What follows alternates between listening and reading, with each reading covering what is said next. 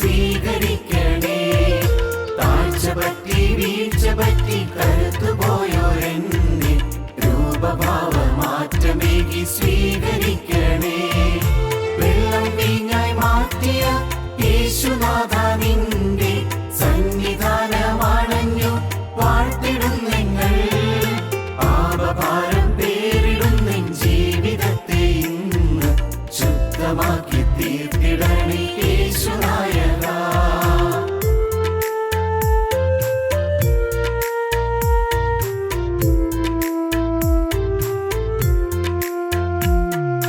മരണജലം മധുരമാക്കി തീർത്ത യേശുനാഥ എന്റെ ജീവിതത്തിലും നീ അത്ഭുതം ചെയ്യുക. മരണജലം മധുരമാക്കി തീർത്ത യേശുനാഥ എന്റെ ജീവിതത്തിലും നീ അത്ഭുതം ചെയ്യുക. യേശുവിന്റെ രക്തത്താലെ ശുദ്ധി ഞാൻ പ്രാപിച്ചു. പഞ്ഞി പോലെ എൻ ഹൃദയം വെണ്മയാക്കണേ. യേശുവിന്റെ രക്തത്താലെ ശുദ്ധി ഞാൻ പ്രാപിച്ചു. പഞ്ഞി പോലെ എൻ ഹൃദയം വെണ്മയാക്കണേ. വെള്ളം വീഞ്ഞായി മാറ്റിയ യേശുനാഥ നിന്റെ സന്നിധാനമാണഞ്ഞു വാഴ്ത്തിടും നിങ്ങൾ. പാപഭാരം പേരിടുന്ന ജീവിതത്തെ ഇന്ന് ശുദ്ധമാക്കി തീർത്തിടണേ യേശുനായക.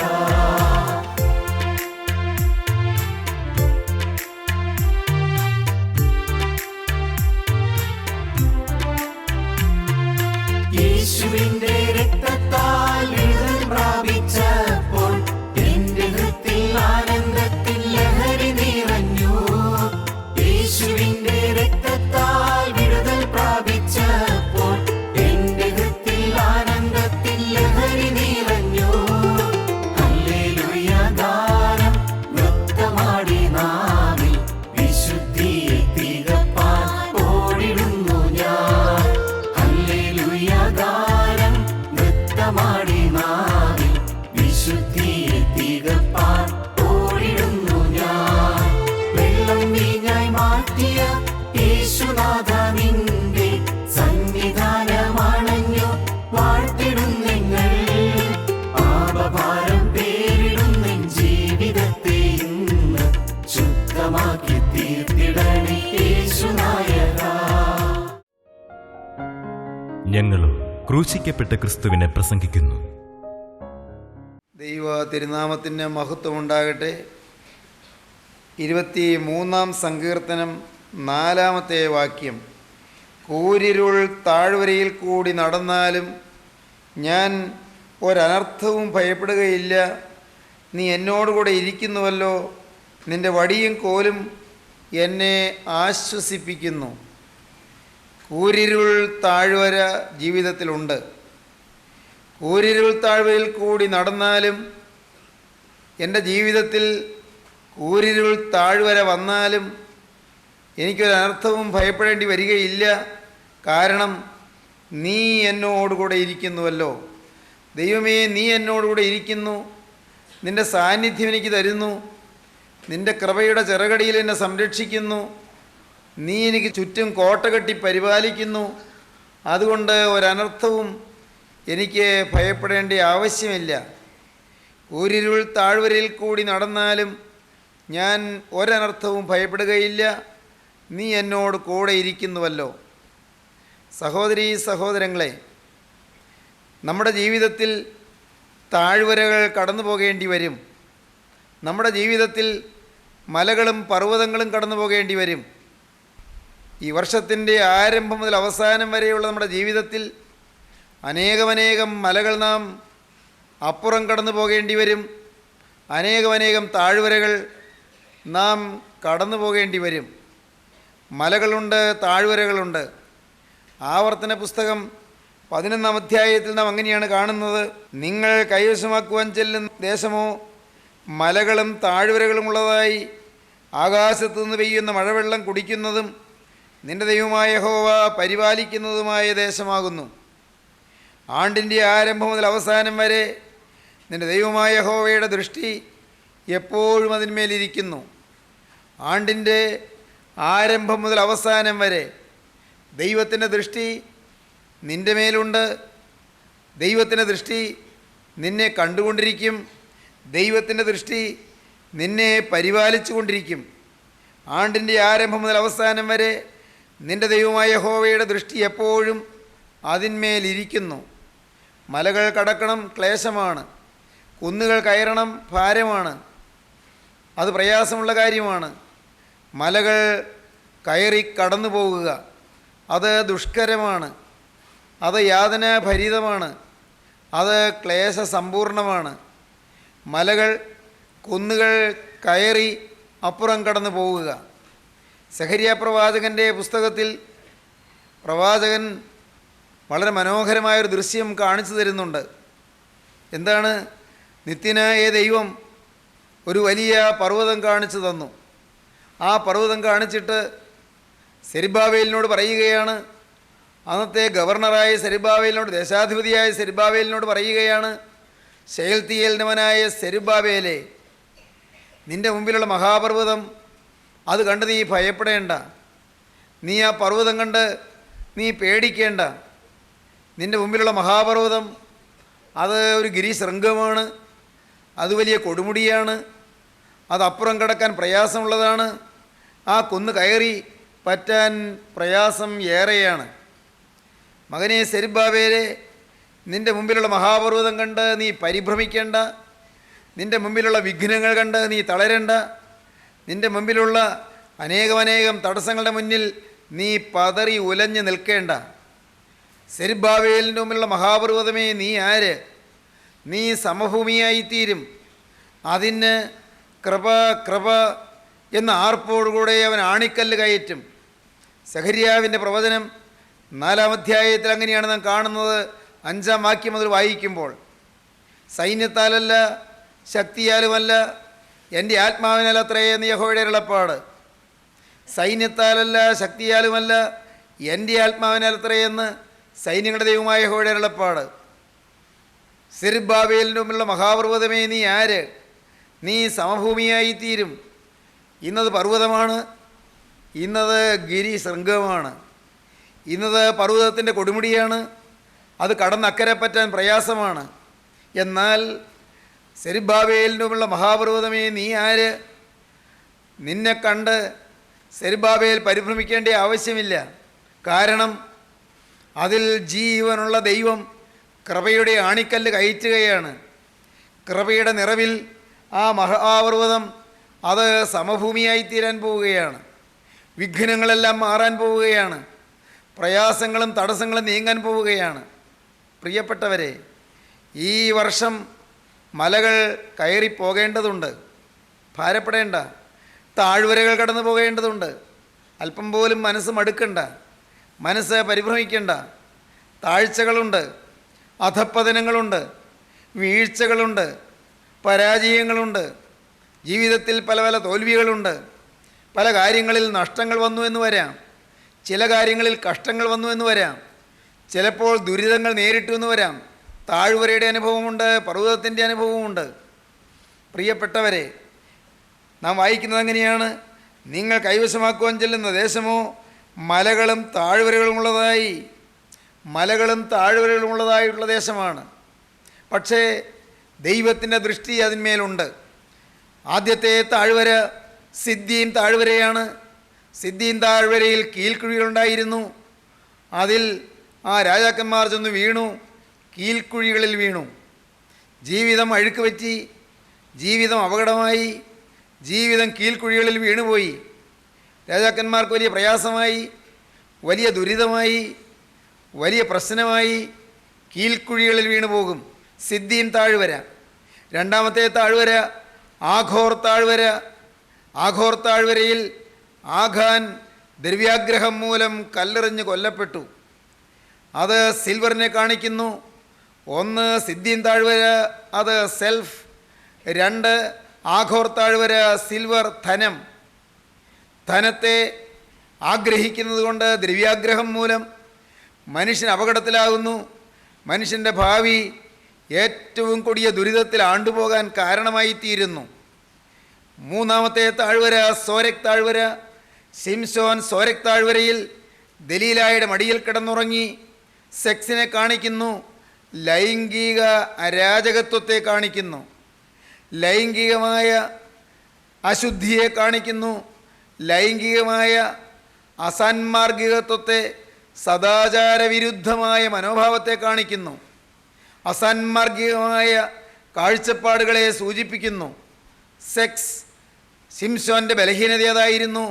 സോരക് താഴ്വര സെക്സിൻ്റെ വീഴ്ചയെ കാണിക്കുന്ന താഴ്വരയാണ്. നാലാമത്തെ താഴ്വര ഏലാ താഴ്വര. അത് നാം ചിന്തിച്ചതാണ്. ഏലാ താഴ്വര അത് സാത്താൻ്റെ താഴ്വരയാണ്. ഗോലിയാത്ത് വെല്ലുവിളിച്ച താഴ്വരയാണ് ഏലാ താഴ്വര. എന്നാൽ ആ ഗോലിയാത്തിനെ ദാവീദ് ജയിച്ചു. അത് ജയത്തിൻ്റെ താഴ്വരയുമാണ്, സെയ്റ്റൻ്റെ താഴ്വരയാണ്, സക്സസിൻ്റെ താഴ്വരയുമാണ്. സെയ്റ്റൻ്റെ മേൽ സക്സസ് നേടുന്ന താഴ്വരയാണ് ഏലാ താഴ്വര. സാത്താൻ്റെ മേൽ ജയം നേടുന്ന താഴ്വരയാണ് ഏലാ താഴ്വര. ഇപ്പോൾ അഞ്ചാമത്തെ താഴ്വര നാം ചിന്തിക്കാൻ പോവുകയാണ്, കൂരിരുൾ താഴ്വര. കൂരിരുൾ താഴ്വരയിൽ കൂടി നടന്നാലും ഞാൻ ഒരനർത്ഥവും ഭയപ്പെടുകയില്ല, നീ എന്നോട് കൂടെ ഇരിക്കുന്നുവല്ലോ. ദൈവത്തിൻ്റെ വലിയ നാമം മഹത്വപ്പെടട്ടെ. സഹോദരങ്ങളെ, കൂരിരുൾ താഴ്വര എന്നത് ഇംഗ്ലീഷിൽ നിന്ന് നേരെ തർജ്ജമ ചെയ്താൽ മരണനിഴൽ താഴ്വര എന്ന് വേണം പറയാൻ. It is the valley of the shade of death. Shade of death അത് മരണത്തിൻ്റെ നിഴൽ താഴ്വരയാണ്. കൂരിരുൾ താഴ്വര അത് മരണനിഴൽ താഴ്വരയാണ്. അത് കൂരിരുട്ടിൻ്റെ താഴ്വരയുമാണ്. It is the valley of the shade of death. അത് മരണത്തിൻ്റെ നിഴലുള്ള താഴ്വരയാണ്. It is the valley of the shade of darkness. അത് കൂരിരുട്ടിൻ്റെ നിഴൽപ്പാടുള്ള താഴ്വരയാണ്. മരണം കൂരിരുട്ട് പോലാണ് മനുഷ്യനെ സന്ധിക്കുന്നത്. മരണം യാതനാഭരിതമാണ്. മരണം ദുസ്സഹമാണ്. മരണം വേദനാജനകമാണ്. വിയോഗം, വിരഹം എല്ലാവർക്കും വേദനയാണ്. മരണം ജീവിത അന്ത്യമാണ്. ഭൗതിക ജീവിതത്തിൻ്റെ പര്യവസാനമാണ് മരണമെന്ന് പറയുന്നത്. പ്രിയപ്പെട്ടവരെ, നാം ഓരോരുത്തരും ഈ താഴ്വരയിൽ കൂടി പോയേ പറ്റൂ. മരണനിഴൽ താഴ്വരയിൽ കൂടി സകലമാന മനുഷ്യരും പോയേ പറ്റൂ. നാം എല്ലാവരും നേരിടേണ്ടി വരും. മരണത്തിൻ്റെ താഴ്വരയിൽ കൂടി കടന്നു പോകേണ്ടി വരും. ഈ വർഷമാണോ അത് സംഭവിക്കുന്നത് നമുക്കറിഞ്ഞുകൂടാ. മരണനിഴൽ താഴ്വരയിൽ കൂടി ഈ വാക്കുകളെ കേൾക്കുന്ന ആരെല്ലാം കടന്നു പോകും നമുക്കാർക്കിപ്പോൾ അറിഞ്ഞുകൂടാ. അതെല്ലാം നിത്യനായ ദൈവത്തിൻ്റെ സന്നിധിയിലിരിക്കുന്ന കാര്യങ്ങൾ, ദൈവത്തിൻ്റെ കാര്യപരിപാടിയിലിരിക്കുന്ന കാര്യങ്ങൾ. എന്നാൽ ഒന്നുണ്ട്, നമുക്കൊരു കാര്യം തീരുമാനിക്കാം. മരണനിഴൽ താഴ്വരയിൽ കൂടി കടക്കുമ്പോഴും ആ മരണനിഴലിലെ കൂരിരുൾ താഴ്വര താണ്ടുമ്പോഴും നമുക്കൊരു ധൈര്യം വേണം. നാഥ, നീ എന്നോടുകൂടെ ഇരിക്കുന്നുവല്ലോ. അതൊരു വലിയ പ്രാഗൽഭ്യമാണ്. അതൊരു വലിയ ആശ്വാസമാണ്. മരണം നമ്മുടെ ശരീരത്തിൽ അരിച്ചരിച്ച് കയറുമ്പോൾ പ്രിയപ്പെട്ടവരെ, നമ്മുടെ ഹൃദയത്തിൻ്റെ ഉള്ളിൽ ക്രിസ്തുവിൻ്റെ സാന്നിധ്യം അനുഭവിക്കുന്ന മഹത്തായൊരു സൗഭാഗ്യമുണ്ട്. ഭക്തന്മാർ അനുഭവിച്ചതാണത്. വിശുദ്ധന്മാർ അനുഭവിച്ചതാണത്. വിശ്വാസവീരന്മാർ അനുഭവിച്ചതാണ്. അപ്പോസ്തലനായ പൗലോസ് മരണം അടുത്തു എന്ന് വന്നപ്പോൾ എഴുതിയ ലേഖനമാണ് തീമോത്തിയോസ് എഴുതിയ രണ്ടാമത്തെ ലേഖനം.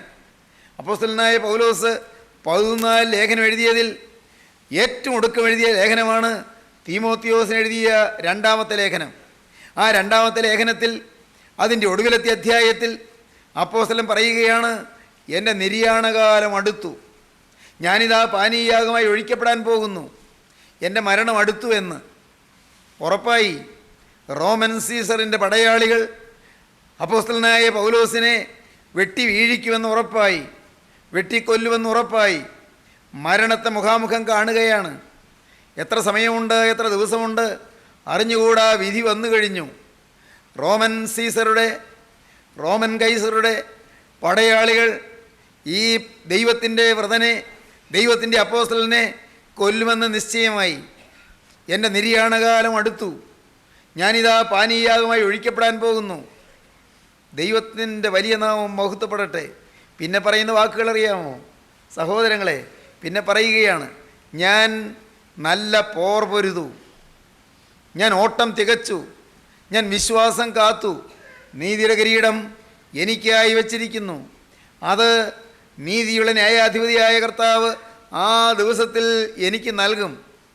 എനിക്ക് മാത്രമല്ല, അവൻ്റെ പ്രത്യക്ഷതയിൽ പ്രിയം വച്ച ഏവർക്കും കൂടെ.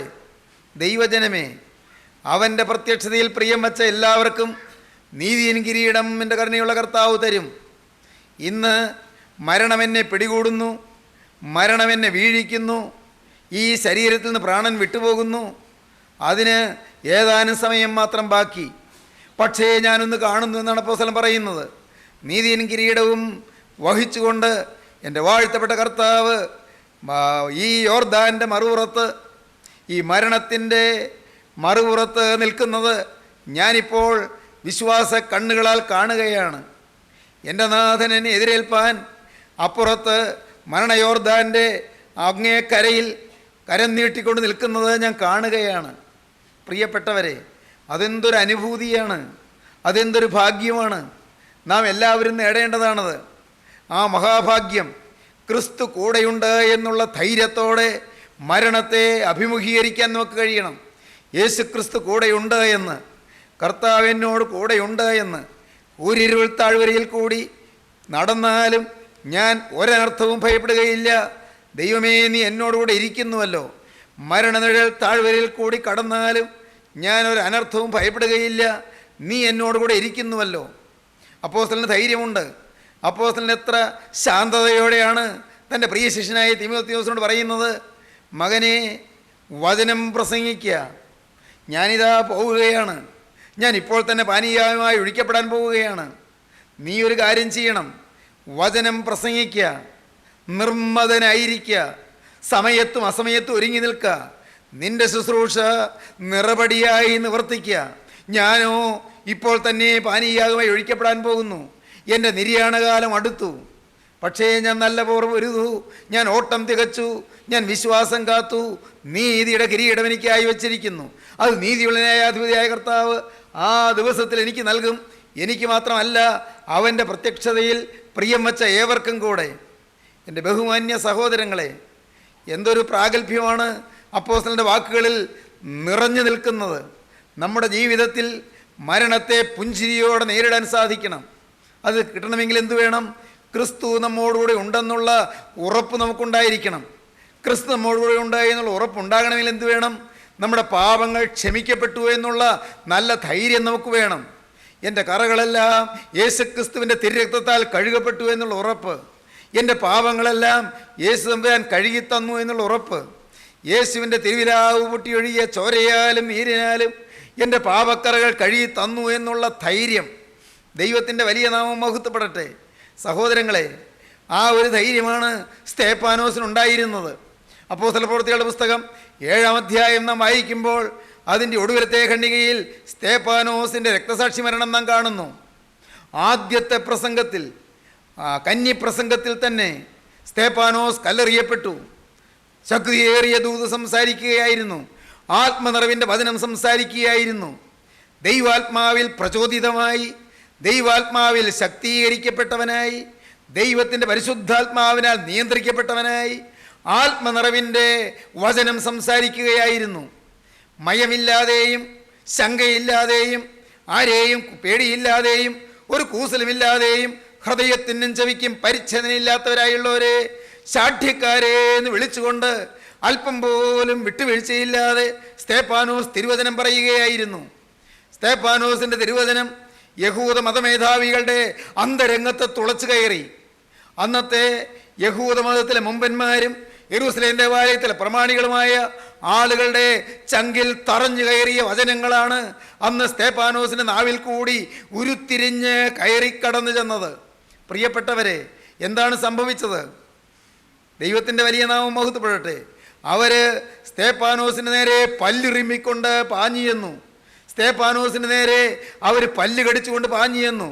സ്തേഫാനോസിനെ തള്ളി പുറത്താക്കി. അവർ ഒരു പൊതുസ്ഥലത്തേക്ക് തള്ളി വലിച്ചഴച്ച് കൊണ്ടുപോയി നിർത്തി. നാനാവശത്തു നിന്നും കല്ലുകൾ ദുരിതരായി എറിയാൻ തുടങ്ങി. കല്ലേറുകൊണ്ട് സ്തേഫാനോസ് ശരീരം മുറിഞ്ഞ്, അസ്ഥികൾ ഉടഞ്ഞ്, എല്ലുകൾ ഒടിഞ്ഞ് സ്തേഫാനോസ് അവിടെ വീണു. ഇടയ്ക്ക് ആ ഒടിഞ്ഞ കയ്യ് കുത്തിക്കൊണ്ട് പയ്യെ എഴുന്നേൽക്കാൻ നോക്കി. ഞാൻ പണ്ട് വായിച്ചു, ലോയിഡ് സി ഡഗ്ലസ് എഴുതിയ ദ റോബ് എന്ന് പറയുന്ന മനോഹരമായൊരു പുസ്തകമുണ്ട്. ലോയിഡ് സി ഡഗ്ലസ് എഴുതിയ ദ റോബ് എന്ന പുസ്തകം, മലയാളത്തിൽ ആ പുസ്തകമുണ്ട്. മേലങ്കി എന്നാണ് ആ പുസ്തകത്തിൻ്റെ പേര്. മനോഹരമായൊരു പുസ്തകമാണ്. അതിമനോഹരമായ കാവ്യ സുഭഗമായ സുന്ദരമായൊരു പുസ്തകമാണ്. ആ പുസ്തകത്തിൽ സ്തേഫാനോസിൻ്റെ മരണം ചിത്രീകരിച്ചിട്ടുണ്ട്. കൊടുങ്കൈ കുത്തി എഴുന്നേൽക്കാൻ നോക്കുന്നു, പിന്നെയും വീണുപോകുന്നു, ഒടിഞ്ഞുപോയി. പക്ഷേ പറയുകയാണ് ഒരു വിധത്തിൽ കൊടുങ്കൈ കുത്തി പിടിച്ചുകൊണ്ട് പറയുന്നു, ഇതാ സ്വർഗം തുറന്നിരിക്കുന്നത് ഞാൻ കാണുന്നു. കർത്താവായ യേശു പിതാവിൻ്റെ വലത്തുഭാഗത്ത് കരം നീട്ടി നിൽക്കുന്നത് ഞാൻ കാണുന്നു. എന്നെ എതിരേൽപ്പാൻ യേശു ക്രിസ്തു നിൽക്കുന്നത് കാണുന്നു. ആ സ്വർഗീയ ദർശനത്തെക്കുറിച്ച് പറഞ്ഞപ്പോൾ എറിയുന്നവർക്ക് വാശി വർദ്ധിക്കുകയാണ്, വൈരാഗ്യം പെരുകുകയാണ്. എറിയുന്നവർ പിന്നെയും ആക്രോശിച്ചുകൊണ്ട്, ഗർജിച്ചുകൊണ്ട്, അധിക്ഷേപ വാക്കുകൾ ഉച്ചരിച്ചുകൊണ്ട് സ്തേഫാനോസിനെ കല്ലെറിയുകയാണ്. സ്തേഫാനോസ് പിന്നെയും ദൈവത്തിൻ്റെ മഹത്വം കണ്ടുകൊണ്ട്, നിത്യനായ ക്രിസ്തുവിൻ്റെ തേജോമയമായ സാന്നിധ്യം അനുഭവിച്ചുകൊണ്ട്, ദൈവത്തെ മഹത്വപ്പെടുത്തിക്കൊണ്ട്, ദൈവത്തെ സ്തുതിച്ചുകൊണ്ട് ആ മരണത്തോട് അടുക്കുകയാണ്. ശരീരം ഒടിഞ്ഞ് തകർന്ന് ചോര ചീറിത്തെറിച്ച്, ചോര തെറിക്കുന്ന കൂടെ മാംസശകലങ്ങളും തെറിച്ച്, കല്ലേറുകൊണ്ട് ഉടഞ്ഞ് സ്തേഫാനോസ് നിലത്ത് വീഴുകയാണ്.